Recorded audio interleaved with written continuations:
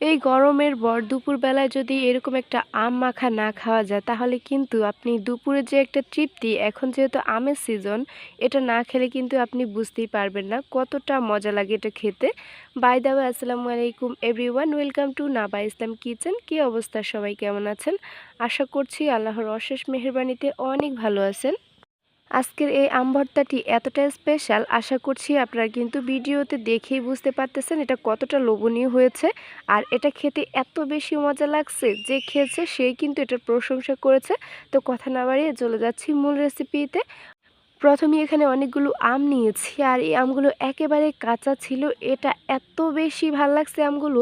তো আমি প্রথমে কিন্তু আমগুলো ধুয়ে একদম ক্লিন করে নিয়েছি। এরপর কিন্তু একটা পিলারের সাহায্যে আমের খোসাগুলো আমি ছাড়িয়ে নিচ্ছি। আমের খোসা ছাড়াতে ছাড়াতে বলতেছি, আজকের ভিডিওটি কে কোথা থেকে দেখছেন অবশ্যই কিন্তু কমেন্ট করে জানাবেন, তাহলে কিন্তু পরের ভিডিওতে আপনাদেরকে আমি ধন্যবাদ জানাতে পারবো। তো এই যে দেখতেই পাচ্ছেন, এটা কিন্তু পিলারের সাহায্যে আমি ছিলে নিচ্ছি। আপনারা চাইলে কিন্তু দা, বটি, ছুরি যেটা দিয়ে আপনাদের ইজি মনে হয় সেটা দিয়ে আপনারা করে নিতে পারেন। এখন তো আমের সিজন, আর আমের বীজগুলো কিন্তু এখন একেবারেই শক্ত হয়নি, এখনও নরম আছে। আর এই অবস্থাতেই কিন্তু আম ভর্তা খেতে বেশি ভালো লাগে। আর এখনই কিন্তু আম ভর্তা খাওয়ার একেবারে পারফেক্ট একটা সময়, যেহেতু প্রচুর গরম পড়ে দুপুরবেলায়। তো আপনাদের সাথে কথা বলতে বলতে কিন্তু আমি আমগুলো ছিলে নিয়েছি, দেখতেই পাচ্ছেন। এখন আবারও একটা ক্লিন আমি ডিশ নিয়েছি, আর এই ডিশের মাঝে কিন্তু পিলারের সাহায্যে একদম পাতলা স্লাইস করে কেটে নিচ্ছি। তো আপনারা চাইলে কিন্তু এটা গ্রেটার দিয়ে গ্রেট করে নিতে পারেন, তবে আমার কাছে এভাবেই পারফেক্ট মনে হচ্ছে। আবার চাইলে আপনারা কিন্তু দা বা বটি দিয়েও এটা কেটে নিতে পারেন, একদম পাতলা করে কুচিয়ে নিতে পারেন। তো যার যেভাবে সুবিধা হয় সেভাবেই করে নিতে পারবেন।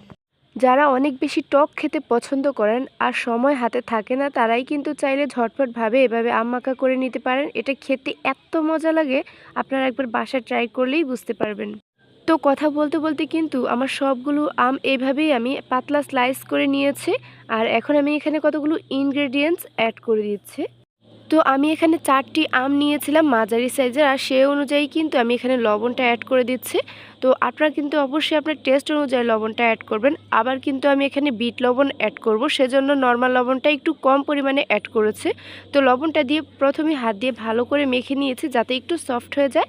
এরপর এখানে আমি বিট লবণ অ্যাড করলাম, সাথে অ্যাড করলাম 1 চা চামচের মতো চাট মশলা। চাট মশলা দেওয়ার পর কিন্তু নাইস একটা ফ্লেভার আসবে, এটা খেতে অনেক ভালো লাগবে। এরপর আমি লাস্ট অ্যাড করে দিয়েছিলাম এখানে চিনি। তো এখানে 1 টেবিল চামচ পরিমাণের মতো আছে, আপনারা চাইলে এখানে গুড় ব্যবহার করতে পারেন। আর এখন আমি স্লিফ্লেক্স অ্যাড করেছি, এটা প্রচুর পরিমাণে ঝাল। তো এখানে তাও আমি 1.5 চা চামচের মতো অ্যাড করেছি। ঝালটা কিন্তু আপনার টেস্ট অনুযায়ী ব্যালেন্স করতে পারবেন। তো দেখতেই পাচ্ছেন এই ভর্তাটা কতটা লোভনীয় হয়েছে, ভালো লাগলে অবশ্যই একটি শেয়ার করে দিবেন।